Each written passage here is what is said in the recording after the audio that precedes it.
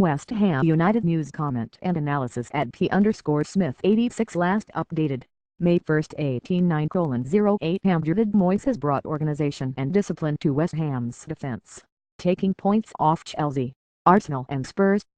Here, Peter Smith looks at how he steered his side to another impressive result at Wembley. There's another side to football when you've not got the best players, and we did that side well tonight. A delighted David Moyes told Sky Sports after seeing his West Ham team battle to a 1-1 draw away to Tottenham.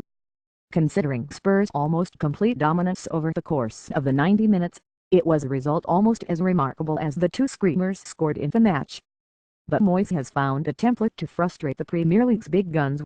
With only 29% of possession and one shot on target compared to 31 shots faced, West Ham, fielding a back five and two holding midfielders, did just that to Tottenham at Wembley.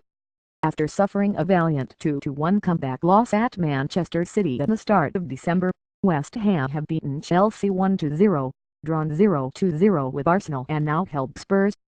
To think that reverse at City's stretched the run against the Big Six to 13 defeats in 16 fixtures highlights how impressive earning 5 points from those subsequent London derbies has been. In 4 London derbies in all competitions under David Moyes, West Ham have managed just 3 shots on target. However, they've scored 2 of them, and have lost just once. W1D2.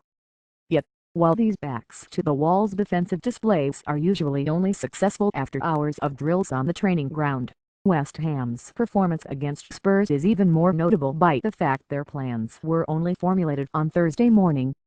"We had no time to prepare," said Moyes, whose side fought back to beat West Ham on Tuesday night at the London Stadium.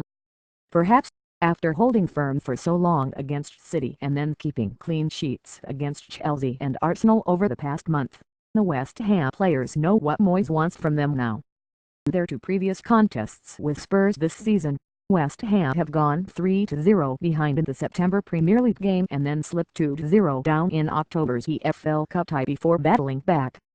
But there was a dogged resilience to their defense this time around. They were well organized and willing to put their body on the line, Sky Sports pundit Tim Sherwood said.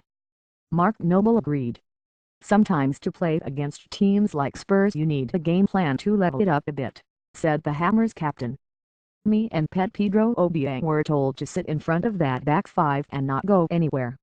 I don't know how Pedro ended up where he was. Great strike! Indeed. Obiang's moment of magic is in the mix for the goal of the season prize, although he'll have competition from Hung Minimum Son's equalizer. While his 5 tackles, 3 clearances and 3 interceptions won't be remembered, that commitment to protecting the backline alongside skipper Noble was crucial at the other end.